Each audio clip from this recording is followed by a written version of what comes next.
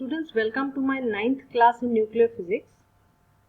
We had started our second unit in our 8th class, and there we had looked at the nuclear models. First we started with the nature of nuclear forces, then we went on to do the semi-empirical mass formula, which was in association with the liquid drop model. So we even looked at the liquid drop model, and in the qualitative discussion of liquid drop model, we looked at the assumptions required for this model, and then we also looked at the similarities between a liquid drop and the nucleus. And now let us move on to see the dissimilarities between the liquid drop and the nucleus. So let's see what are the dissimilarities. So the dissimilarities between the liquid drop and the nucleus. So first of all, number one is that the molecules attract one another when at a larger distance. So molecules attracts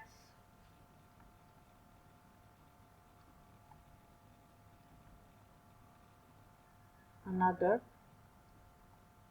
at larger distance. And large means what?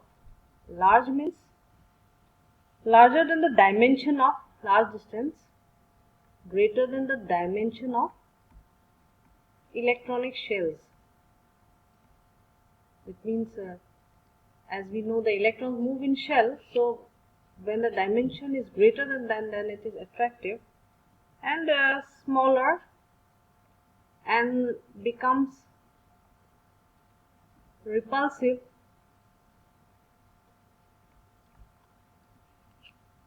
at smaller distances. This is one thing about molecules. But what about nuclear forces? But nuclear forces are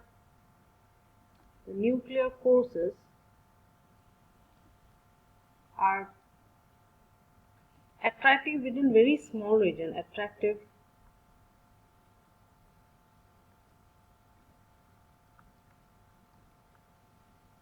within small region. So it's called small. It is called short range attractive, as we all know. Small range. It should be within small range. So the range of nuclear force, that is only 10 to the power minus 15 centimeter, which is very small distance. Now the average kinetic energy, again number 2, the average kinetic energy. So kinetic energy average. Let me write it as E average. Okay.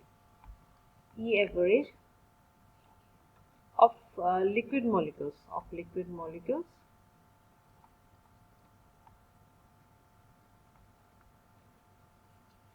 are of the order of about 0.1 electron volt, like this. So the corresponding de Broglie wavelength would be how much? Therefore de Broglie wavelength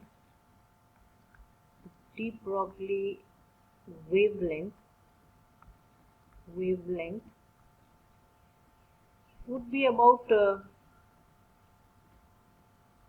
5 into 10 to the power minus 11 meters, because you see lambda is connected to de Broglie wavelength is connected to, it is h by mv, and mv is connected to the kinetic energy. So by this we can calculate, and this is found to be this much using the Planck's constant. And this is for a molecule inside a liquid. And what about the nucleus? Now this is very small in comparison to this 10 to the power minus 11 de Broglie wavelength. This is small to atomic radius. What is atomic radius? It is about 10 to the power minus 8 centimeters, of the order of 10 to the power minus 8 or 10 to the power minus 10 meters. let me write both in the same one. So this becomes 10 to the power minus 10 meters. So this is small in comparison to atomic radius. So this is small, de Broglie wavelength is small. And what about the nucleus? In the nucleus, this is in the atom, I am talking about the liquid, not atom, molecule of a liquid. This is the nucleus. Inside the nucleus, for a nucleon. So inside the nucleus, for a nucleon, that means a proton or a neutron, the average kinetic energy is E average is about approximately 10 MeV. Say. So if it is 10 MeV, when lambda is calculated, we find lambda to be is equal to about 6 into 10 to the power minus 15 meters. Now what is the dimension of the nucleus? The dimension of the nucleus is just about 10 to the power minus 15 meters. So which is, this is order, it is of the same order as the dimension, is the same order. So as a result, what happens in case of nucleus? Here molecule motion is classical, while the motion of the nucleons is of quantum mechanical character. So that is the greatest difference. So even though we treat the nucleons as if they are particles of a or molecules of a liquid, we cannot equate their characteristics because of this difference, which becomes very prominent in the small scale, because nucleus is a very small scale system.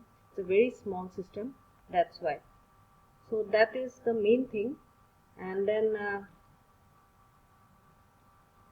that these are the dissimilarities between the nucleus when I treat it like a liquid drop, between the nucleus and the liquid drop. So we have to take into account. Nevertheless, even though we have these things, this, as I have already mentioned, so many things could be explained and by the liquid drop model. And the mathematical formulation, there are firstly the semi-empirical mass formula. We have it. It gives the mass of a nucleus, which gives us an idea about the mass of a nucleus, and it has been of great practical importance, because the masses and therefore the binding energies are predicted with quite accuracy, quite a lot of accuracy. So in terms of the parameters such as volume energy, surface energy, Coulomb energy, and asymmetry and pairing energies, these things. Now here we have a theory called the Bohr-Wheeler's theory, which we'll touch upon when we come to nuclear fission. So the Bohr-Wheeler theory gives a very good idea of the nuclear fission and the fission energy and such things when you do nuclear fission, because we have not yet touched nuclear fission. And but I'll just give you an idea so that you have a feel of what it is. So see, as we have seen, there are certain energy, so many energy involved, 5 or 6 energy terms involved in the liquid, in the semi-empirical mass formula.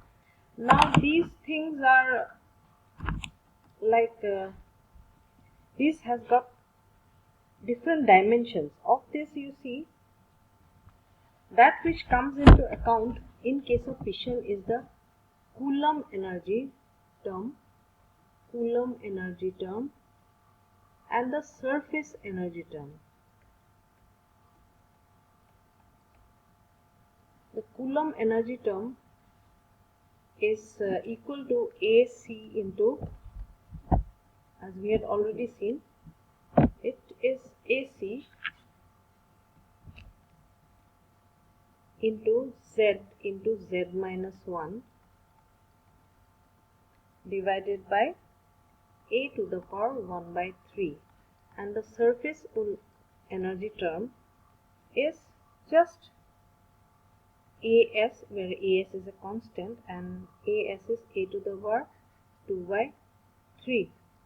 So look at a nucleus. Inside the nucleus, you see, we will have the nucleons like this, closely packed. This nucleus is full of these particles, and what happens is that, what is this? This is due to the Coulomb repulsion, and so this will act in opposite direction to the binding energy. That means the action of the Coulomb energy term will be to diminish the stability of the nucleus, diminish the binding energy of the nucleus. And what about the surface energy? Surface energy, as you see, what will happen is that the greater the surface, the greater is the surface energy, and so that surface energy, as we know, forms as a tight surface, just as if in a liquid. You know that the surface is like a tight membrane which is tight, so that it experiences a downward force. Similarly, here also we will experience an inward force, so that the surface energy acts in a direction of maintaining the equilibrium, maintaining the stability of the nucleus. That means it doesn't contribute to breaking of the nucleus, but this contributes to breaking of the nucleus. So what happens in fission? You already know what is fission. Fission is breaking of a nucleus into two small parts. There is always a pull and push between this term, Coulomb energy term, and surface energy term. As a result, what happens?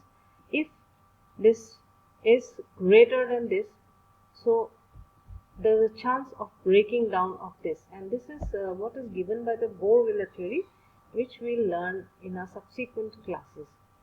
And with this, I think we can stop with the liquid drop model, and I would move to the shell model of the nucleus. So the shell model of the nucleus.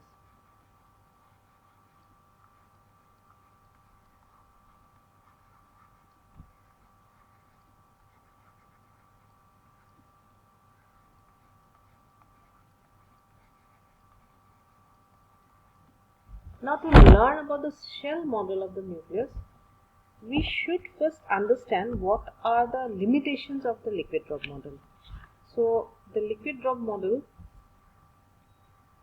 because this also sometimes come in your question paper, limitations of the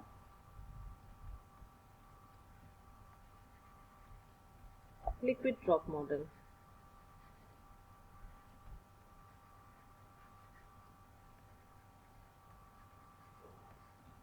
So limitations are like this. First of all, it does not give, number one, it does not give the binding and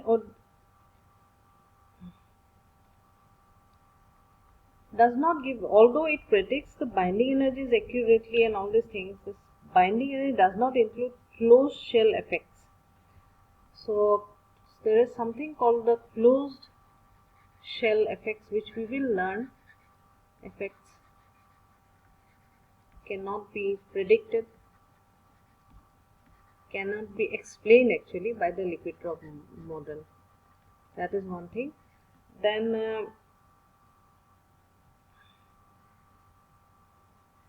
although it describes the nuclear fission, as I had mentioned just now, by the Bohr-Wheeler theory, it is not very successful in describing the actual excited states.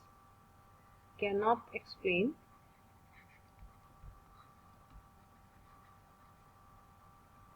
excited states of the nucleus.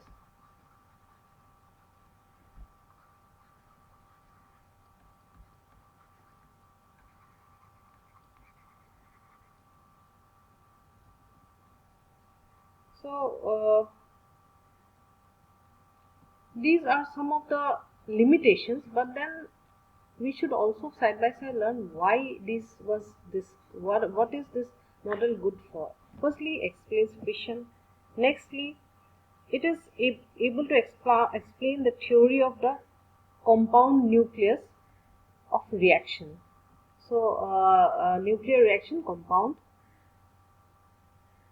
nucleus formation, which we learned in our subsequent classes. So I'll stop here, and for the part B of